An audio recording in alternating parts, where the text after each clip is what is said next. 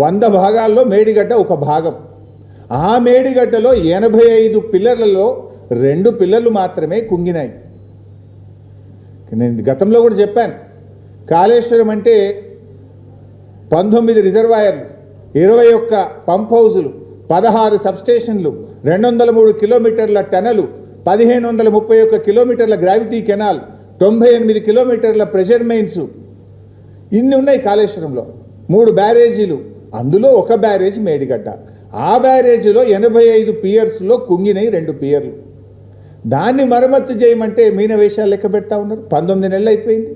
ఇప్పుడు మనం డాక్టర్ దగ్గర పోతాం, ఏదో చెయ్యి నొప్పో ఉంది నాకు, డాక్టర్ దగ్గర పోతే నీకు చెయ్యి నొప్పి ఉన్నదని వెంటనే చూసి దానికి ఏం మందులు కావాలో డాక్టర్ ఇస్తాడు. కానీ కాంగ్రెస్ ప్రభుత్వం తీరెట్లుందంటే నీకు చెయ్యి నొప్పి ఉన్నది, నీ కాలు ఖరాబు కావాలి, నీ చెయ్యి ఖరాబు కావాలి, నీ నడుము ఖరాబు కావాలి, నీ తలకాయ ఖరాబు కావాలి, నీ శరీరంలోని అవయవాలన్నీ ఖరాబ్ అయినాక గప్పు ట్రీట్మెంట్ చేస్తా అన్నట్టు ఉన్నది కాంగ్రెస్ వాళ్ళ తీరు. కుంగినే 2 పిల్లర్లు, మొత్తం కొట్టకపోతే బాగుండు, అన్ని ఖరాబ్ అయితే బాగుండు, మొత్తం పోయినాక రిపేర్ చేస్తామన్నట్టుగా ఇవాళ కాంగ్రెస్ ప్రభుత్వ తీరు ఉన్నది.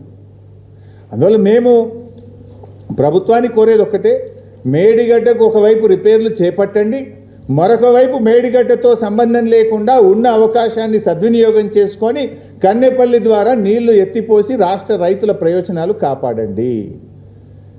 ఇలా మీరు రాజకీయం చేస్తున్నారు. ఎన్డీఎస్ఏ అని ఓ చిల్లర రాజకీయాన్ని పాల్పడుతున్నారు. ఎన్డీఎస్ఏ దేశం మొత్తం ఉంటుందా, ఒక కాళేశ్వరంకే ఉంటుందా?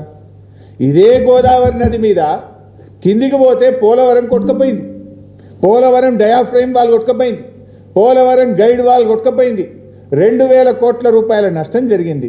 మరి ఎందుకో ఎన్డీఎస్ఏ పోదు? ఎన్డీఎస్ఏ కాళేశ్వరంకి వచ్చింది గోదావరి మీద, 2 పియర్లు గుంగితే వచ్చింది. ఆడ 2000 కోట్ల రూపాయల డయాఫ్రేమ్ వాల్ కొట్టుకపోయి గైడ్ వాల్ కొట్టుకపోతే 5 ఏళ్ళైనా ఎన్డీఎస్ఏ ఎందుకు పోదు?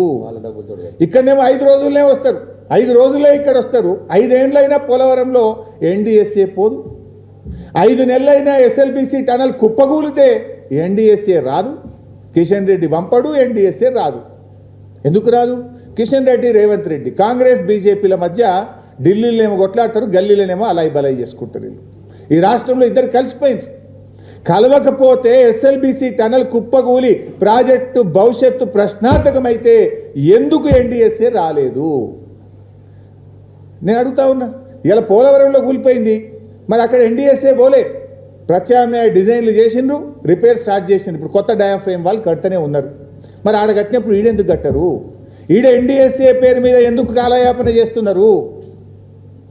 అంటే పోలవరంకో నీతి, కాళేశ్వరంకో నీత, కాళేశ్వరంకో నీతి, ఎస్ఎల్బీసీ టనల్కు ఇంకొక నీత.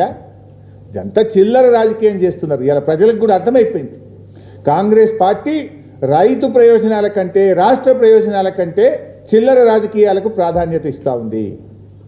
దయచేసి ఎన్డీఎస్ఏను ఎన్డీఏ ప్రభుత్వం రాజకీయ సంస్థగా మార్చొద్దని, తక్షణమే మరమ్మతులు చేపట్టాలని చెప్పి కూడా మేము డిమాండ్ చేస్తూ ఉన్నాం.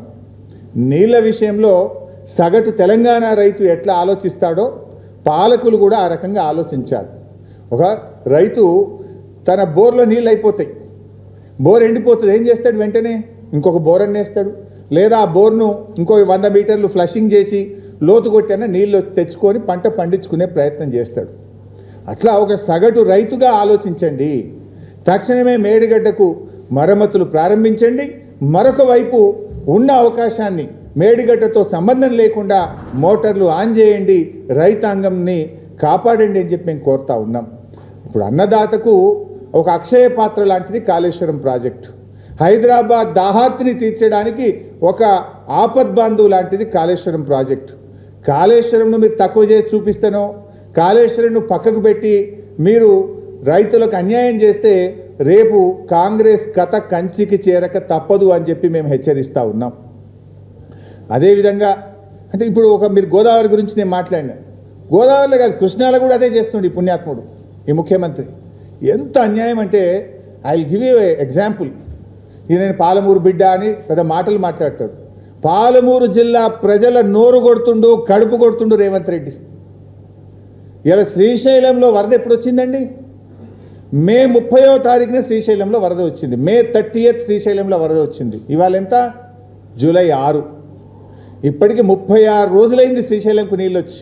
బహుశా ఇవాళనో రేపో శ్రీశైలం గేట్లు ఎత్తేస్తారు నిండి. 36 రోజులైనా కల్వకుర్తి మోటార్ లాంచ్ చేయాలి ఇప్పటిదాకా. 30 ఏండ్లు కల్వకుర్తి ప్రాజెక్టును నాటి తెలుగుదేశం కాంగ్రెస్ ప్రభుత్వాలు పట్టించుకోకపోతే కేసీఆర్ గారు 3,10,000 ఎకరాలకు కల్వకుర్తిలో నీళ్ళు ఇచ్చారు. 3,10,000 ఎకరాలకు నీళ్ళు ఇచ్చారు. 36 రోజులైంది శ్రీశైలంలో వరద వచ్చి, ఎందుకు కల్వకుర్తి మోటార్ లాంచ్ చేయరు? ఎందుకు మొదటి పంటకు నీళ్ళు ఇయ్యరు?